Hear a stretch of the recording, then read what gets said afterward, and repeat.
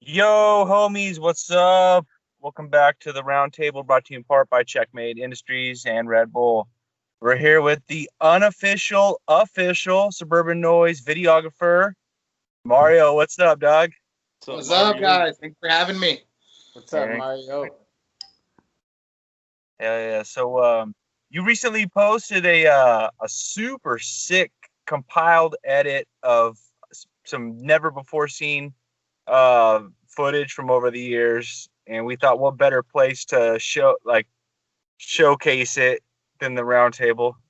And Donnie's got it pulled up here for us. We thought we'd run through a little bit of it and just kind of get the lowdown on how you even became the official unofficial videographer of Suburban Noise, and just kind of hear it from you. Well, thanks for having me, guys. Like I said, I excuse me. I sat on this footage for about 17 years. Basically, did nothing with this stuff. A lot of this footage has been unseen by the public. A little brief history with me is I started with not just Cottonmouth Kings, but Suburban Noise and SRH. about 98, 97. I was in 8th grade, kind of a freshman in high school around that time. And the Humble Gods were pretty big. Humble Gods would come up to the high desert where I was living near Victorville, Phelan, California. Hell yeah. So I knew Brad as a young man. And Brad in the Humble Gods took me under his wing, and he wanted me to be his little flyer guy and hand out and promote for the Humble Gods in the high desert. And that's how I got started back then. So I was like one of those original street teamer thing. And going on and on with that, eventually Humble Gods became the Cottonmouth Kings, as we all know. And when Cottonmouth started, I jumped in with that, started promoting for him in the high desert. And the whole time, I would always have a video camera with me. At this time, I was also doing my own thing, being a young teenage punk rock kid, trying to start my own punk rock bands, managed some pretty cool groups, and did a lot of cool things with the punk rock music and all that. The whole time, always carrying a video camera with me. And then around 2002, I moved off from the high desert and I went up to Maui. Lived in Maui for a while.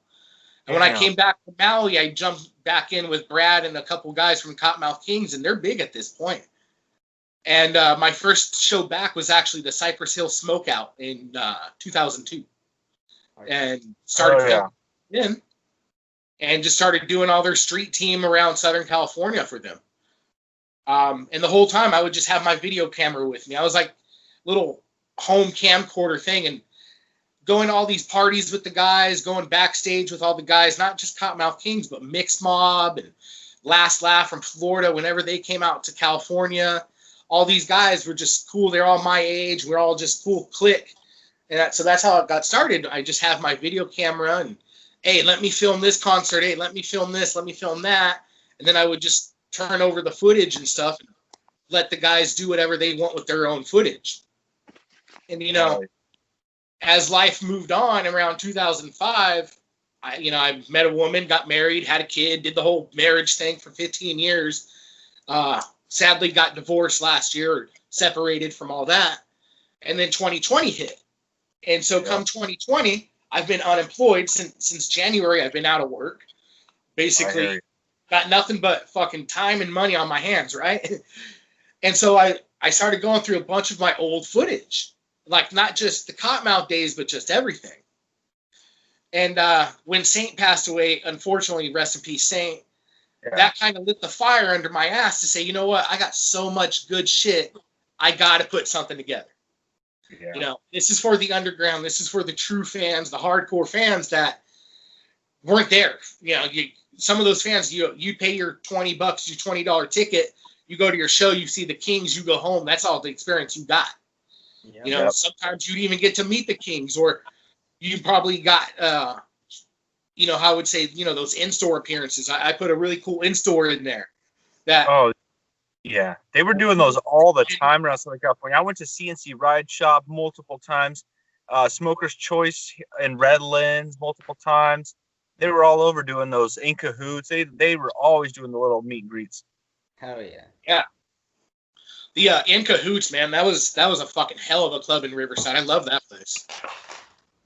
That sure was, dog. They were always doing the Sub-Noize Soldier shows there. They a lot of those, because it was real small. Like you could probably only fit maybe 150, 200 people in there. Yeah, the in Cahoots right there in Riverside, it's not there anymore. I believe it's a fucking shopping center now or something. They tore it down to the ground. They leveled it and put a 24-hour fitness there. Yeah, that's what it. Yeah. I know it's right there by Kaiser. I haven't been there in a while, but yeah, it's Man, I got to see Link 80. I got to see Link 80 with Nick Trina there before he passed. Whoa. That was, if you guys, old ska band, if you guys know who those guys are, they're badass. Voodoo Glow Skulls. Fuck yeah. Oh, yeah. Voodoo Glow Yeah, Skull. I'm a Voodoo Glow Skull fan. Dude, Oh, that venue was a funky little place, but man, just sick though. Yeah, like Too Rude would come through and play there, and you'd get a Sub-Noize Soldiers lineup. Saint would perform, and this was when he wasn't with Cottonmouth King, so it was like super sick to like kind of fill that void. I don't know, it was dope. If you were there, the one time Too Rude did play there, it was a Too Rude Last Laugh. I was there. I got flyers from it still and everything. I was at that one because I saw Too Rude at In Cahoots. So I was filming. That was actually one of the very last shows I filmed. It was 05. It was probably around April, May of 05. Sounds right. I was there actually with my wife. She was pregnant. She was probably about 3 or 4 months pregnant then. And Too Rude was really cool. Too Rude gave me his CD that night, and he autographed on it. He's all, congratulations on the baby, blah, blah, all that shit. And I had that for years. Too Rude and I, we go way back. Oh, yeah. It's cool to have that CD, right? Christmas 2010, my car got broken into. That CD, the Rasta one. I had his, he wrote congratulations on the new baby on that.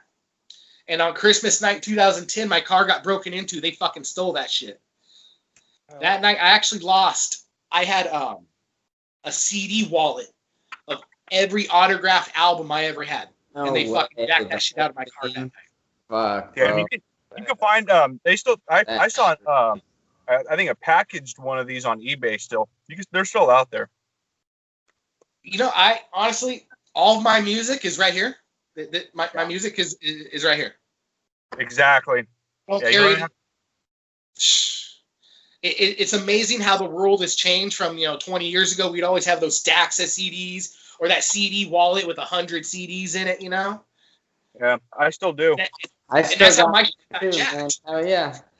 Like I was saying about cricket when I was driving across the Central Cali, fucking getting no reception.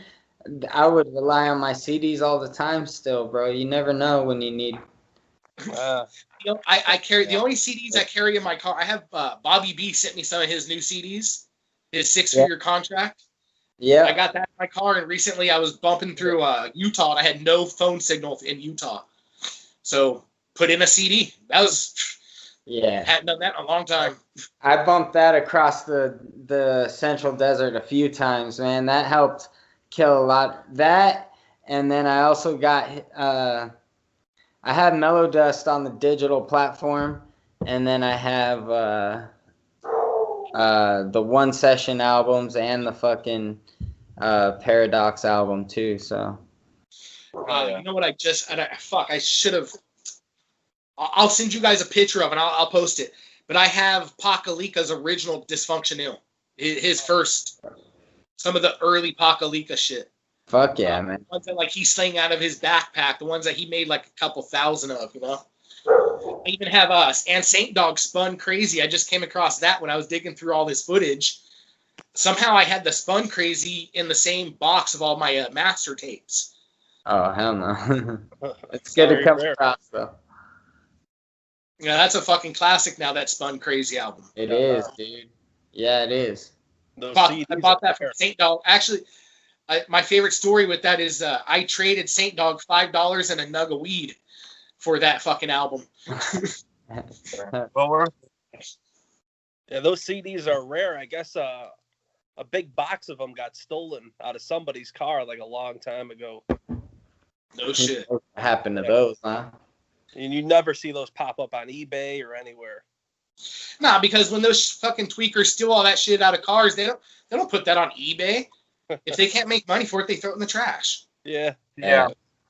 No fucking. They never heard of the band before, so they probably just threw it right in a dumpster. Exactly. And I mentioned a few minutes ago, my CD wallet got stolen, and in that CD wallet, I had not just Suburban Noise Family, but I had I met guys from Bad Religion, guys from Pennywise. I had all these, when I met the guys from Dead Kennedys, I had their album signed, And this fool, whoever broke into my car, they got lucky. They stole that entire CD wallet of all my autographed memorabilia, and that sucks, dude. That one hurt. That one fucking hurt. I tell everybody, man, I had about 5 years ago, I had a phone stolen, and it had a SD card in it with about 4,800 songs on it of everything I've ever freaking bought, ripped, fucking pirated, all that, everything I've ever come across and owned, Yeah, like I said, that Two Root album, I can go back and replace that album. I can download it off Amazon Music in no time, Yeah. But it was the sentimental value of what it said on that album cover. Like I can't replace that. There's a lot of songs I won't be able to find no matter how hard I look anymore because there's no sharing platforms quite like there was back in the day when you could share music. Guttermouth, right? The old punk rock band Guttermouth. Fuck yeah. Yeah. I even had they put out an album called Puke Balls. It was like a green special album. They only had a couple thousand made. I had that too. They took that night. Fuck, man. I'll never replace that shit, dude. That's fucking rare Guttermouth music. Yeah. Where a lot of good fucking punk rock was exposed was through the Punk-O-Rama albums. That's how I heard of Pennywise and Guttermouth, Voodoo Glow Skulls and shit. But that was all right as they were being, Pennywise was being promoted by fucking SRH at the time, and then fucking years later came K. So that's how a lot of people got those punk rock albums. I think it was through Nitro Records. They had a deal with Hot Topic. Those Punk-O-Rama albums and stuff. Exactly. That's how you those with your bottle of Coca-Cola. That was my first introduction to Korn, actually, believe it or not, was through one of those Punk-O-Rama albums. Korn was on there, and they didn't fit in on the punk album, but they were from Huntington Beach, and I understand now as an older guy, I understand why they were there, but that was my introduction to Korn of all things, Fuck yeah. Yeah, all the Skunk Records fucking shit was fucking badass at that time too, and rolling once Sublime got exposed, fucking Skunk Records fucking really kind of got a lot of exposure through that.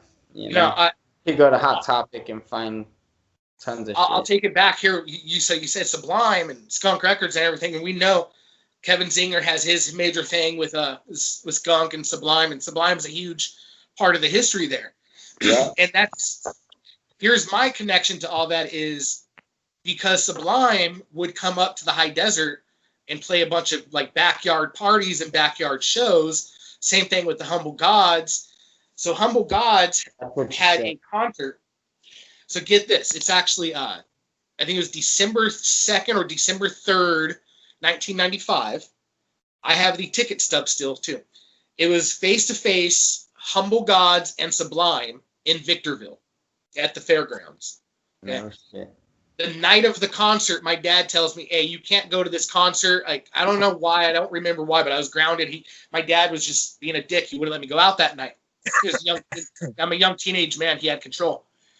Yeah. And my dad's exact words to me was, don't worry, you'll see those bands again. You see bands all the time. Well, 6 months later, Bradley from Sublime passed away. Yeah. And to this day, I never got to see actual Sublime live. Yeah. I never got to see Brad as Sublime. I've seen Long Beach Dub All-Stars. I've seen other things, but never got to see Brad. And so I actually, we're all young men, but I thank my dad actually for not letting me go to that concert that night, because I used that as my catalyst to always go to a concert, always go to a comedy show. Since then, I've been able to see some of my favorite bands. I've always been able to see some of my most favorite comedians, and all because I'm not going to let that opportunity slip again, You know what? It's funny you bring that up, because I never talked about it too much, but Ian Brunley. He was a comedian who did who would always be at the comedy the place over here in the Improv at Ontario, and he was following us since the inception of Checkmate, and just a funny ass cool dude. And I always told myself, yeah, I'm gonna get over there and watch him sometime. And then suddenly he just passed away, probably about a little over a year ago now. And yeah, same thing, man. I'm just like, man, any opportunity I get, like, don't even think twice about it. That's the one thing. I did stand-up comedy for about 4 years. There we go. And I never got to perform at the Ontario Improv. That's like my hometown right there. It's my backyard. Yeah. I performed all over Orange County. I performed at other places, but I never got to perform at Ontario Improv. Damn. Yeah. That's a cool little back history too. How many years did you do that? I did stand up for about 4 years. Okay, sweet. I even got to be on Sirius XM with Pete Dominic, the Raw Dog Comedy Channel. Little brief history with that was a long time ago, back when Sirius was like in its infancy. They didn't have a whole lot of listeners. They had this call-in show at like 9 in the morning called Comedy by Request. And I would just call in every day and like just get on the air and just shoot the shit with the host and the producer. And I was always a big lover of comedy, so I would just shoot the shit and tell jokes. And they just made me a regular call, and I became a regular guest on the show.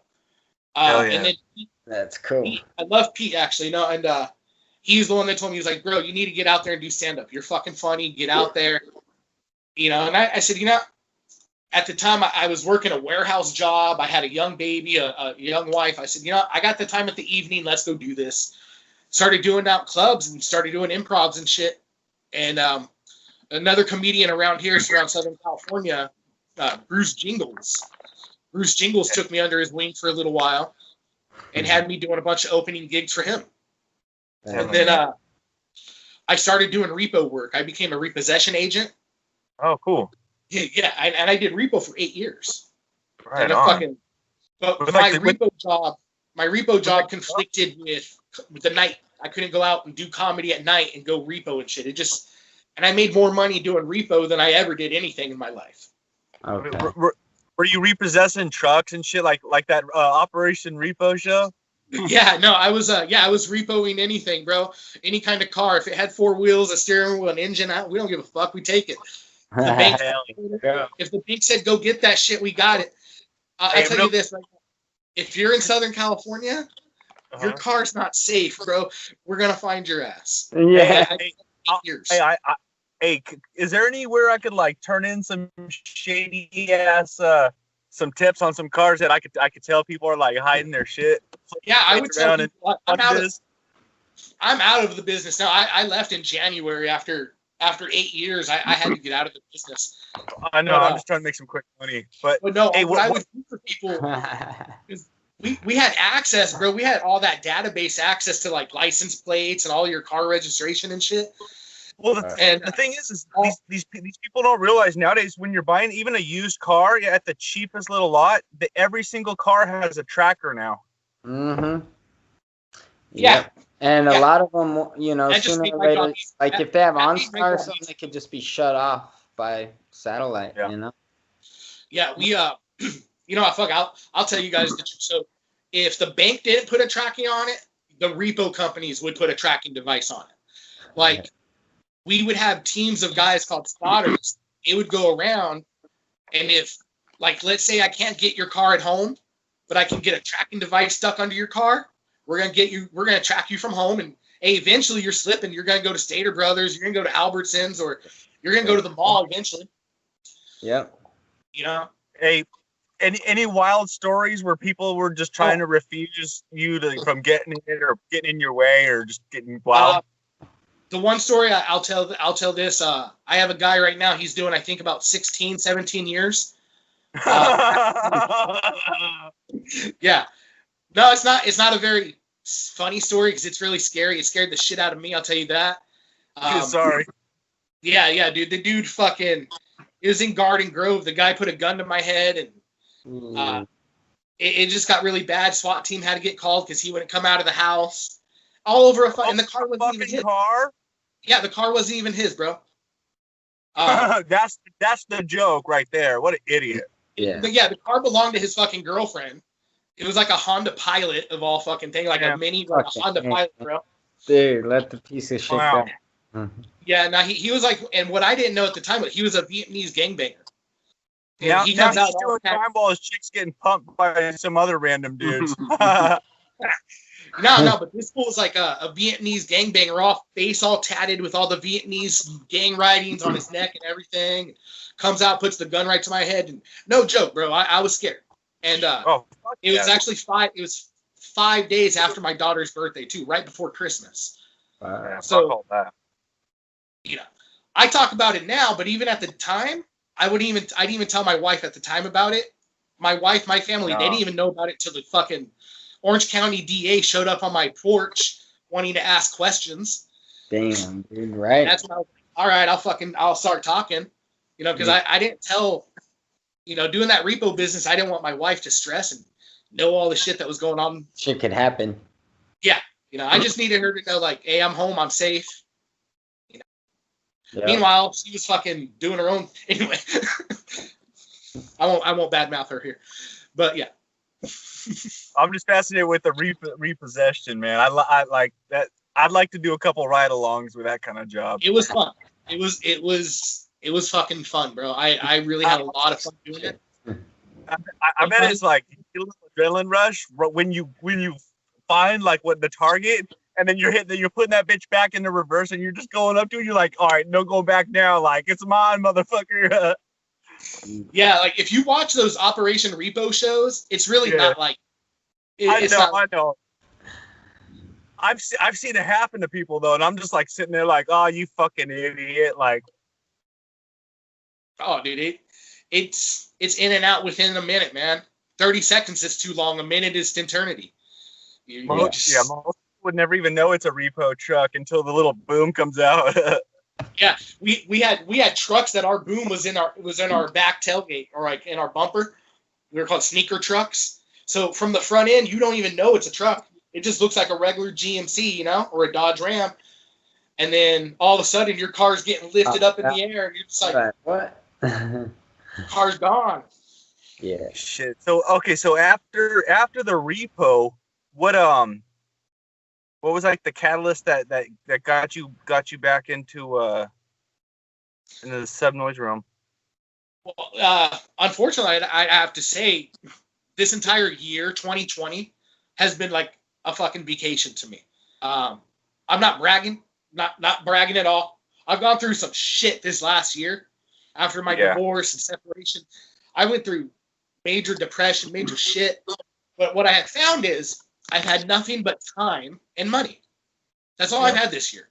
Time and money. But yeah, you turn a negative and turn it into a positive, because you're like you said, this footage has never even seen like the light of day. So, you know, thousands of people are gonna be watching it now. Besides, we all have our downs and low, you know, points of feeling low. But throughout your life, it looks like, you know, you've always been a go-getter to make the most out of life, you know, and seizing the day. All about positivity. Making I'm all it about having happiness and positivity. Dude, like this morning, I don't know when this podcast's gonna air, but obviously the day we're taping it, Biden was elected president this morning. Okay. Saturday. So my takeaway from that is not that we got rid of Trump or not that Biden's president. My takeaway from all of this is that as a man, and this is probably going to sound gay or whatever, I don't care whatever people think of this, but I think it's a good thing for women. We have a vice president woman now. We have, and she's of color. She's I think that's a great thing. As a father to a daughter, I can say, hey, look, you know, now there's a woman in the White House. We have a woman in power. That's fucking awesome. Regardless of what the last 4 years have been, that's positivity for the next 4 years. So I'm all about happiness and positivity and moving forward, and that's a great sign to me. Oh yeah. You know? All we could do is look forward and hope that we're not, you know, whatever we have to look at in hindsight is a lesson to learn, or for the positive or negative too. And then, you know, hopefully, all I could say is hopefully in the next 4 years, there are some people that are more groomed on both sides, you know, that people could have a little bit more confidence in regardless, you know, and just feel a little bit sharper about, you know, the way they present themselves and everything. That's, you know. Just I even posted on, you know, I posted this morning. You guys main public won't see it, but it says we need the true rage against the machine is when we fight with our voices, not with our hands. I don't understand why people run into the streets and shit. You know, the true rioting and the true protesting would be done sitting in front of Congress and fighting with our words. And financially too, you know, where you put your money is speaks heavily. If people don't put their money in stupid places. Me, I don't use Arco. I won't go to any BP or any Arco gas station, and not because I don't think it's shitty gas or anything. It's like that. I'm a big lover of our oceans, and I know what BP has done to our oceans. I will not buy Arco gas because of what they've done to our oceans. Now, that's only my money. That's only, you know, that's a couple bucks from my wallet, whatever they're not going to get. But that's my form of protest. Yeah, that's how I vote too, with my dollar. Yep. Same with like checkout lines. I won't go through self-checkout at all, no matter how much in a rush I am. Hey, you know, hey Donnie, you got Stater Brothers out there? Definitely, man. I try to use, if I go to Walmart, wherever, I try to use the checkout lane. I don't care if I got to wait a few minutes or not. They're gonna have to I'd rather have that little interaction. A lot of checkers for the self-checkout section. So if they see that people are avoiding that and going through where they get personal reaction, they're gonna have to hire more people for, you know, and schedule them for that labor, that area, you know, of movement. Well, a lot of times I use cash, and at the Walmart by me anyways, the self-checkout's debit or card only, so. It's this like computerized industrial society that we live in. Everything's so robotic nowadays. I don't really like it. I'm a very old school type of person, you know? Yeah. I want to go through the checkout line and have that interaction with the lady. No, I don't care how her fucking day's going. No, I don't care about her fucking cats and how her mom's doing. I don't give a fuck. But I have that little interaction. It's better than boop, boop, boop on a fucking machine pressing buttons and off I go. Yeah. Exactly. You know? And I don't care if I get fucking coughed on. Yeah. I'm not afraid of... No, I won't go about the COVID. Man, we're not living in fear, as the not right here at least. Too blessed to be stressed. Too blessed to be stressed. I think if people more like this, you know, you smoke the weed every day, you'd be fine. Boom. I agree. It ain't for everybody, but it is for me. Right on. Hey, Donnie, can you pull up this video? Can you make it full screen so we get this started? We'll get into this right here. We'll get into this. So, like I was saying about, on a little personal note, like I said, I went through a lot of shit this year. I found myself very close to death back in January. I don't want to talk about that, but what I took out of this spiritual awakening I had was that I had to get shit done. And fuck, I sat on this stuff for 17 years. And after Saint's passing, I said, okay, really, now I got to get this shit done. And so I finally sat down, and it took me about 3 weeks. And I'll show you guys this. Back in the day, I filmed everything on analog. Analog is tape, if you don't know. Tape is not VHS though, the mini tapes. No. These little mini tapes like this. Yeah.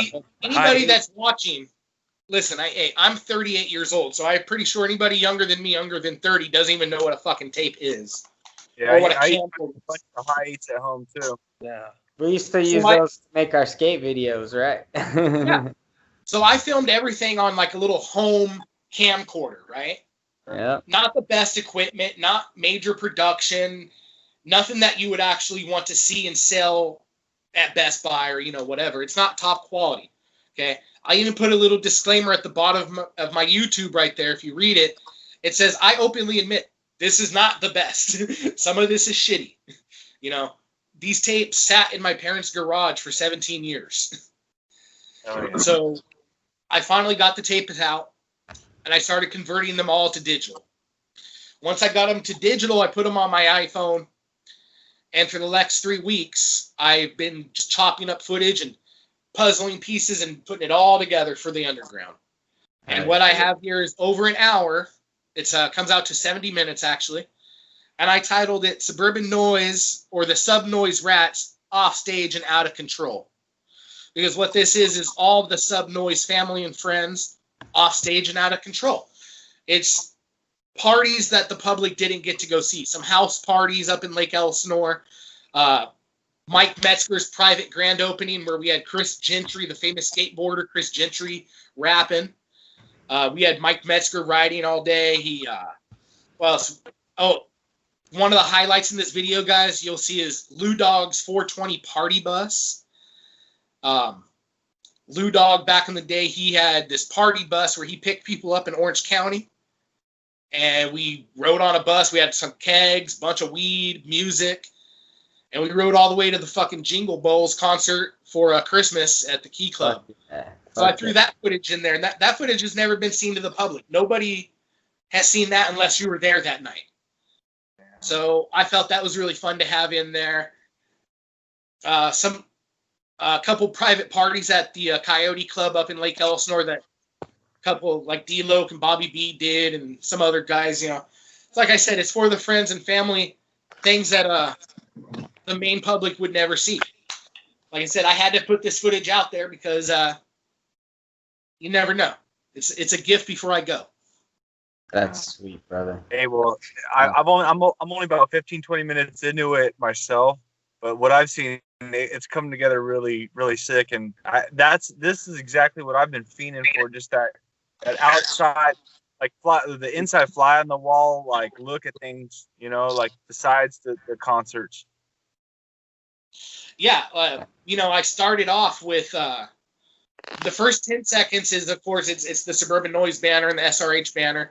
But the very first scene you see, I have Jack Murphy, legendary surfer Jack Murphy, looking right into the camera. And he's telling you guys how legendary this footage is. Yeah, so you just know from the first second right there, Jack Murphy, legendary surfer, fucking telling you, hey, this is the shit right here. You know, for the next 60 minutes. And like I say, I openly admit some of this footage ain't the best. Some of it's old. It's shaky at times. Audio is probably not the best. You know, it was recorded on a home camcorder.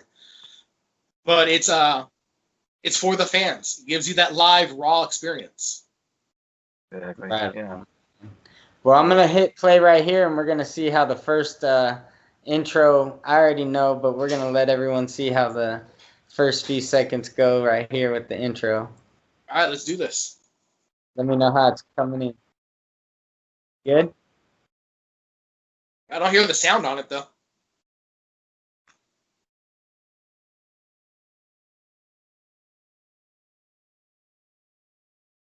It's not muted.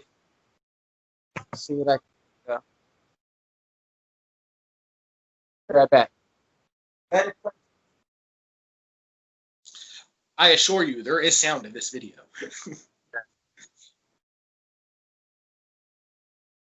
While we're getting that ready, I'm going to take a smoke break. Oh, the Red Bull banner in the background is meant to be. Oh, there we go, Donnie. Oh, there you go. There you go. Went.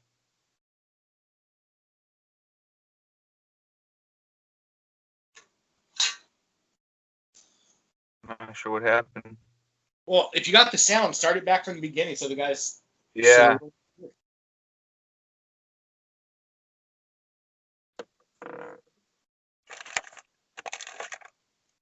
But yeah, great compilation so far. Super sick. Thank you. Thank you. I didn't get to the Lou Dog bus, so I'm excited to see that myself. Yeah, the Lou Dog party bus, I really like the way I put that together. I think, I took like a 45-minute bus ride down to 3 minutes. I think I only put 3 minutes total on there. A lot of the footage is so dark, it's hard to fucking use. It's hard to even see it. But listen, it's audio-wise, it's good listening, and it is what it is. I'll put it that way. It's the party bus. Mr. Lou Gayes.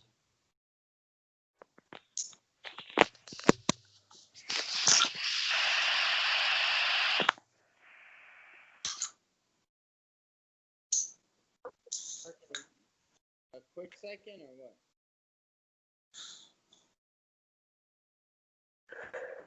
Man, hey, the D-Loc was better at freestyling back then. Jeez. You guys could hear him? Yeah, No. he You know what? I That can't guy, hear it's like he's got like, freestyling into the camera in a little bit here. but man, it seems like he's got like brain trauma or something. Like he don't even carry himself the same way as like in this footage. I don't know. We got to remember, if I'm correct, this concert night, because I have everything dated. This was November of 2013. So the footage you see right there was filmed in 2003. It was actually the weekend they were going into the studio to start recording Fire It Up. Wow. They just had freaking big. Because I didn't put it, I have so much footage I kept out, but somewhere in one of my footage, I actually have D-Lo talking to me on camera saying, I'm going in the studio Monday, I'm going to record, we're starting to Fire It Up. It's him, Jack Murphy, and one of the guys from Last Laugh. Wow. It's just that part of the footage is so dark, I just didn't put it in there. So this right That's so here, sick, this was Let's give him a teaser. Let's give him like the first minute, and then they can go find the rest on YouTube. We can get your views and your subscribers up because, man, I know I got a lot to catch up on.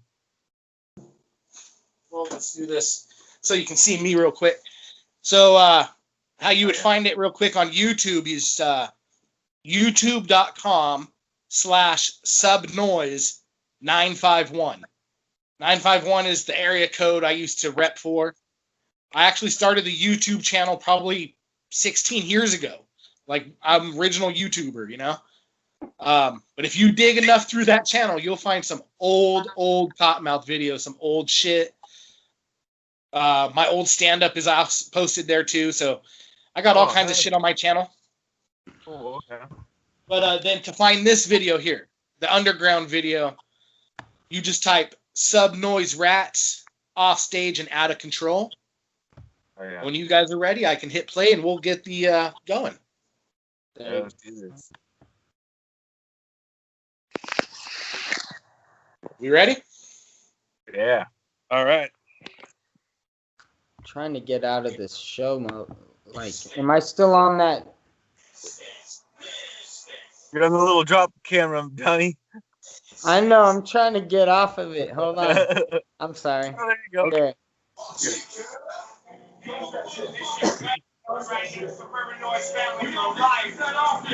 But this is what we do. Hey, give us some fucking beat.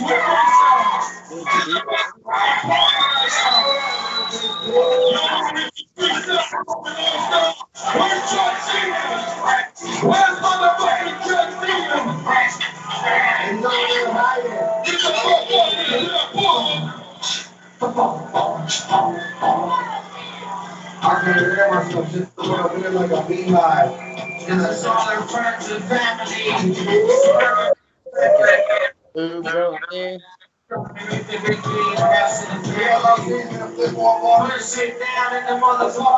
Scorpio's got to steal the show.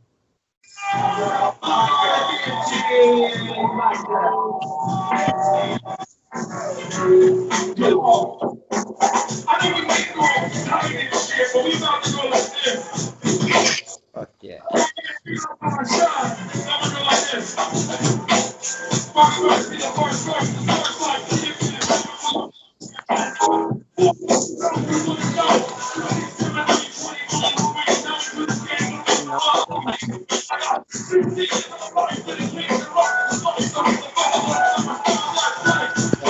Back in.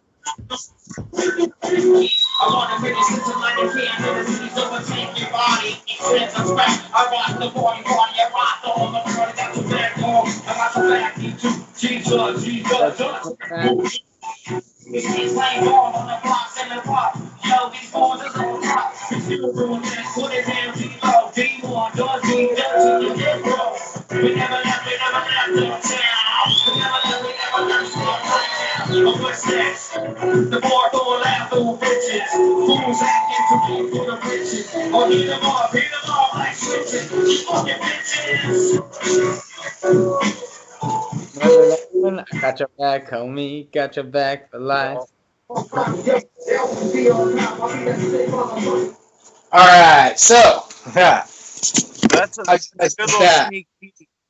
And I saw in the comment section that Giant Steve already found it. So if it's good enough for Giant Steve, man, it's quality. Yeah, Giant Steve, big shout out. I love Giant Steve, man. That guy's, on a personal note, he's beautiful daughter, beautiful family. Him and I have been following each other on social media for years. We love that man. Good people. I tell you why I stopped it right there real quick. It was D-Loke's rap. That is from one of the Judge D songs, I Got Your Back. Yeah. So I also have live footage. I have a couple versions of them doing that. But my favorite was the live version at the Key Club. And I put that at the very end of the video.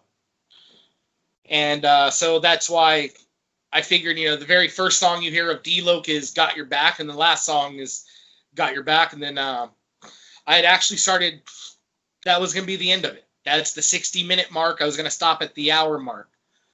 And then I said, I got to do this tribute to Saint Dog and Pakalika.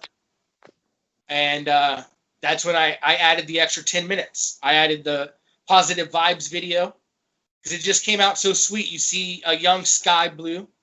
You see Sky out there dancing with all the guys and Pakalika. I reached out to Anna Rose. I sent her the video before I even posted it to anybody. I let her know that there, and Anna Rose saw it, and she sent it to Brad, so I know Brad's seen it. Oh, man. I sent this video out to the mass public. I had to get the blessing of Kevin Zinger. So I sent it off to Zinger too, and then I got Zinger's blessing. He wrote to me the other day saying all good. So it's out there. It's for the public to see it. It's for the underground. Hey, so you weren't just KMK exclusive though, so there was a lot of really good other performances in there. Not to spoil anything, but just to let people know who to be aware to see. Like some old Funk Junkies is in there. Yeah, you're gonna see some Funk Junkies. Fast laugh. I'm gonna be honest, the Funk Junkies set didn't come out that good. Like I said, that videotape, I don't know what the fuck happened to that videotape. The whole conversion of it didn't come out good, the whole thing, but I felt I had to put it in there because it shows their dance off. Yeah. And if you ever went to a cool Funk Junkies concert, there was that cool dance off that the whole vibe right they there. would do once in a while, Exactly. And it's just fucking cool to see. That's old memories. That's old times. Had to have it. Yeah, no, exactly. Because like what people would hear us talk about these other bands and shit, but they don't, and like we emphasize how much of like an experience it was. Like it wasn't just Cottonmouth Kings playing. You were going there and seeing Cottonmouth Kings, but you were seeing 3 or 4 or 5 or 6 bands before with them. I stopped, like I said, at the hour mark because I felt 60 minutes was enough. Like I'm surprised anybody's going to sit there past 10, 15 minutes, really.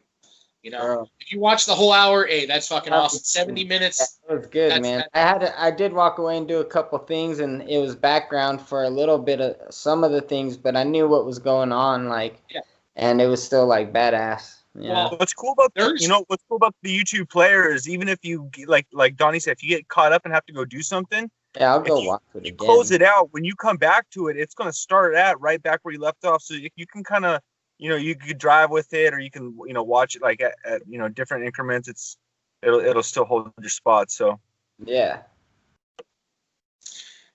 Like I said, I have more footage I could have put in there. Yeah. Like look back on some shit. I have some Humble Gods footage, like the Humble Gods reunion. I have Ricky Vodka on stage. I could have thrown some Ricky Vodka footage in there. Yeah, maybe Jason Thursdays or. I'm sorry, say that again. The Jason Thirsk days or the second coming? No. I don't have anything from Jason Thirsk days. I wish I did. Those were the backyard parties. Those were the days I would see Jason Thirsk in the backyard days. Back in the high desert. Like Face to Face, Mulch. Fuck yeah. Some old punk rock bands from the desert like Chuck, Backside from Corona. They would come up there. So I was a big part of that high desert punk rock scene. But you came full circle later on, huh? Because the second coming was years later, you know? So that's when Humble Gods came, you know, Brad tried to resurrect that whole Humble Gods movement like around, 03 or 04, something like that. And I was lucky enough he had asked me to come and film those shows. They'd done one in Hemet, and I filmed the Hemet concert for him, and that was awesome. And then he asked me to film the Canes one, and the only version I have of the Canes is I recorded it on a high 8, like, you know, those little tapes I showed you. That day or somewhere around that time, I came home and I converted it to a regular VHS tape. That's the only copy I have because I ended up giving Brad the actual master copy. So what I put on YouTube recently is the VHS copy of the Canes Humble Gods concert. So it doesn't come out that good. It looks shitty, but it is there. It's probably the only chance people get to see of it. So yeah, I wonder if Brad has those master copies still. And yeah, I was gonna say that. And that being said, do you have any idea what Brad's been up to recently? No. Damn. He's the enigma. My thing is, for the last 15 years, when I was doing the whole family thing, I was raising a daughter and married. You know, I really try to stay far as away from the scene as possible. I focus my life on work and doing other things. I was really out of the. I would probably go to a Cottonmouth show every couple years. Shout out to Dave McNutt. We all know Johnny Richter. Yeah. His brother is Dave. I refer to Dave as McNutt. McNutt and I have been friends for close to 25 years. And so here's some more history. Some more Cottonmouth is Dave, Richter's brother. He is the guy that originally did all the Cottonmouth pages. All those Cottonmouth.com, all those old Cottonmouth Kings websites all the fans would go to. That was Dave.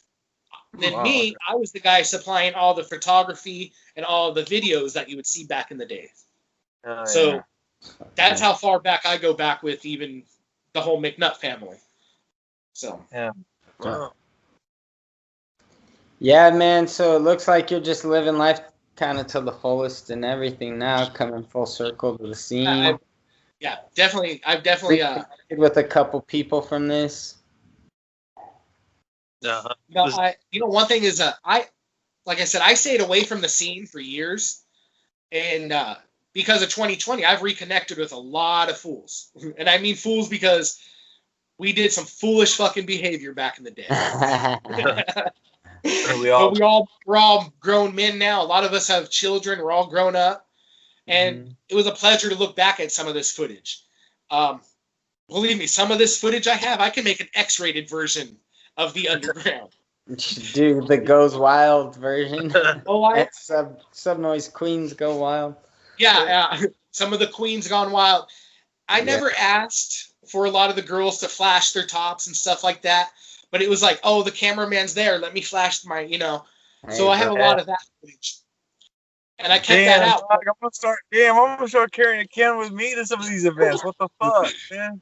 But I'll tell you this, I think I look back on that. I think back on it. I'm like, man, those girls are probably like young moms themselves on the PTA. Oh, for sure. I'm not going to put that footage out and embarrass them. That's. But I'm not even thinking about that. I'm just thinking now they're probably washed up by now. Oh no, I don't think about that. I just think, here's a lesson to the youth. If I have a daughter and you guys, if you have kids, lesson to the youth. Don't flash your tops. The beads aren't worth it. You're gonna be looking back at that later on. The beads will eventually fade away and the beads will break and fall in the trash, but the videos will be forever on the internet. Yeah. Endless Highway, probably their best DVD, right? In my opinion, the ones I've seen, yeah. Yeah, and some of my footage was put into Endless Highway, 10 Years Deep. Okay. So these Rats videos. It's just about Yeah. that. A lot of the times I would, like, again, if you look at my Instagram channel, you'll see a video that's called Judge D, the infamous popcorn video. Suburban Noise, what happened was Judge D did a show at the Key Club that night. I don't remember who it was, but somebody decided to throw popcorn all over the place and make the whole mess fucking popcorn. Key Club got pissed. I think Judge D was told he can't play at Key Club for a while and all that shit. Well, when Suburban Noise knew I had footage of it, they confiscated the footage. Oh no shit. I was told they wanted to use it and they wanted it. I've never seen it to the public. But again, I had made a VHS copy for myself, and that's what I put online now. There you It's go. been 17 years. I don't think anybody's going to get mad. So, hey, Zinger, if anybody sees it, hey, I'm sorry. But it is memories. It's fucking funny to see popcorn flying all over the place. Richter slipping all over. Taxman slipping. It's fucking funny. That's a great backstory, man. So you got the Ripperside boys on there. Yeah, the Ripperside kids, dude. I got Ripperside kids on there doing their thing with Saint. That was really good, important for me. I don't have a lot of Saint off stage footage. Okay. But and I guess the other factor is sometime around 04, late 04, I switched to a digital camera. Okay. And I started filming everything on a digital camera. I've lost that footage. Anything I filmed on digital after 2004, I can't find it. It's gone. That sucks. Yeah.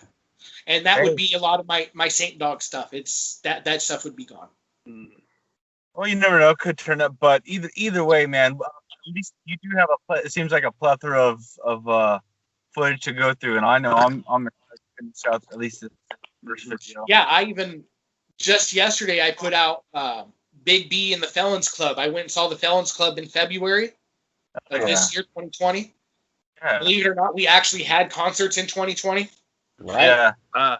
I went to the Mini Fest in Vegas, so That was in that same weekend. That same weekend, he did Huntington Beach, Hesperia, and Las Vegas. I filmed the Hesperia show, and I just put that on YouTube yesterday. oh yeah, that's cool. Shit. I guess it's a pretty good time to call it. We'll get some traffic going your way over to the channel. Hopefully, we'll probably drop a link in the bio if we remember. Sub-Noize 951 at its most basic search, right? Yeah. Sub-Noize 951 on YouTube and find the underground video. It's Sub-Noize Rats off stage and out of control. Hell yeah. I already subscribed, so I'm gonna be catching up myself, and I look forward to whatever else you upload on there too, Mario.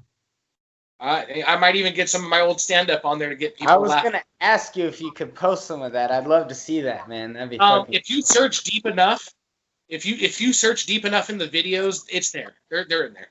Sick. Okay.